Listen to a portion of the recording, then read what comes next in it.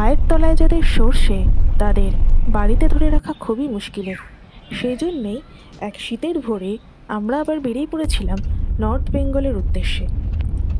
এবার ছিল আমাদের রোড ট্রিপ। গাড়ি করে পুরোটা গেছিলাম। একদিনে নর্থ বেঙ্গল পৌঁছানো যায় না, সেজন্য মাঝখানে হল্ট করতে হয়। চাইলে মালদা, রায়গঞ্জ বা কিষানগঞ্জে থাকতে পারেন। আমরা রায়গঞ্জ অবধি গেছিলাম। রাস্তা খুবই ভালো, ফারাক্কা ব্রিজের পর থেকে খুবই সুন্দর রাস্তা। কলকাতা থেকে গেলে কল্যাণী এক্সপ্রেসওয়ে ধরে সোজা রানাঘাট, কৃষ্ণনগর, বেথুয়া ডাহরি এইগুলো পার করে একদম মোরগ্রাম এটা পড়বে। আমি ম্যাপের লিঙ্ক দিয়ে দেবো কীরকম করে যেতে হবে। খুবই সোজা রাস্তা। এরপরে গঙ্গা ক্রস করতে হবে ফারাক্কা ব্রিজ দিয়ে। তারপরে কালিয়াচক, সুজাপুর এইগুলো পেরিয়ে মালদা সিটিকে বাইপাস করে একদম সোজা চলে যেতে পারবেন রায়গঞ্জ অবধি। একদিনে রায়গঞ্জ পৌঁছানোই যায়, বা চাইলে কিষানগঞ্জ অবধিও যেতে পারবেন। এরপরেই কিষানগঞ্জ। আমরা হল্ট করেছিলাম রায়গঞ্জে, কারণ গার্লফ্রেন্ডকে দেওয়ার ব্যাপার ছিল। যাদের পশু আছে রেখে যেতে চান তারা কোথায় রাখবেন সেই ডিটেলসও আর একটা ভিডিওতে দিয়ে দেব।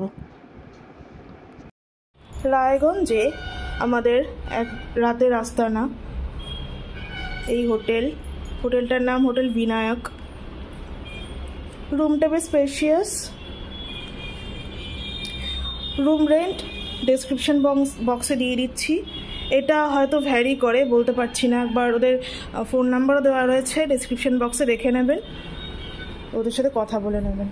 আমরা যেহেতু সোমবার এসেছি ওই জন্য হয়তো ভ্যারি করছে। এসি রয়েছে, যারা গরমকালে আসবেন লাগবে। এখন ডিসেম্বরের 2 তারিখ, এখন দুপুরবেলা, ওই জন্য পাখা চালাতে হচ্ছে। 10টা বাজে। একটা বড় টিভি আছে। তো আমাদের ওয়ান নাইটের জন্য স্টে, আমরা সাধারণত কোথায় গিয়ে টিভি দেখি না, লাগবে না। 2টো খাট আছে এখানে, এটা ডাবল বেডরুম। আলাদা আলাদা 2টো খাট রয়েছে। কল করার জন্য ফোন আছে। আর এখানে বড় ড্রেসিং টেবিল। ঘরটা খুব মেসি হয়ে আছে, কারণ আমরা এক্ষুনি চেক আউট করে নেব। এছাড়া এখানে সমস্ত টিকিট সব সেটগুলো দেওয়া রয়েছে। বসার জন্য সোফা আছে, টেবিল আছে, আর রয়েছে ওয়াশরুমে সমস্ত টয়লেটারিজ। সেগুলো আমরা অলরেডি প্যাক করে নিয়েছি, যেমন থাকে পেস্ট, ব্রাশ, সোপ এগুলো। ওয়াশরুমটাও বড়। আর যেটা দেখার, গিজার আছে। শীতকালে আসলে গিজার লাগে অনেক সময়, তো গিজার রয়েছে। ওয়াশরুমেও ডাস্টবিন রাখা আছে। বেশ ক্লিন, ভালো।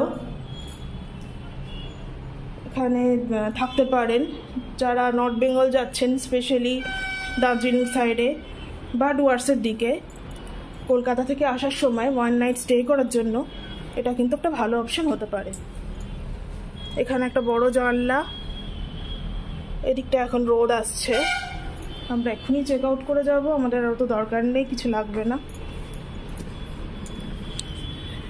এইখানটা দিয়ে শহরের ভিউ। বেশ প্রাচীন প্রাচীন বাড়ি আছে এখানে। তো টানা কলকাতা থেকে রায়গঞ্জ অবধি আসতেই পারবেন। রাস্তা বেশ ভালো হয়ে গেছে, ন্যাশনাল হাইওয়ে 12 ধরে। গুগল লোকেশন দিয়ে, আমি রাস্তার লোকেশনও দিয়ে দেবো ম্যাপে, ডিসক্রিপশন বক্সে। তো আজই অবধি ঘরেও ডাস্টবিন রাখা আছে। বেশ পরিষ্কার, হোটেলটা বেশ পরিষ্কার। শুধু একটাই এখানে বলা, সেটা হচ্ছে এখানে আনম্যারিড কাপল কিন্তু এরা অ্যালাউ করে না। এটা একটা স্পেশাল জিনিস বলে দিলাম। এখানে অনলি ম্যারিড কাপল অ্যালাউ করে। আর এমনি ফ্রেন্ডস গ্রুপ হয়তো অ্যালাউ করে। ফ্রেন্ডস গ্রুপ কেন অ্যালাউ করবে না, নিশ্চয়ই করবে। কিন্তু আনম্যারিড কাপল কিন্তু অ্যালাউ করে না, সেক্ষেত্রে আলাদা রুমে থাকতে হবে। তো এটা এদের স্পেশাল, এরা চেক ইন করার সময় বলে দিচ্ছিল। ফ্যান তো রয়েছে। ঠিক আছে, ওকে, আজকের মতো এইটুকুই। টাটা।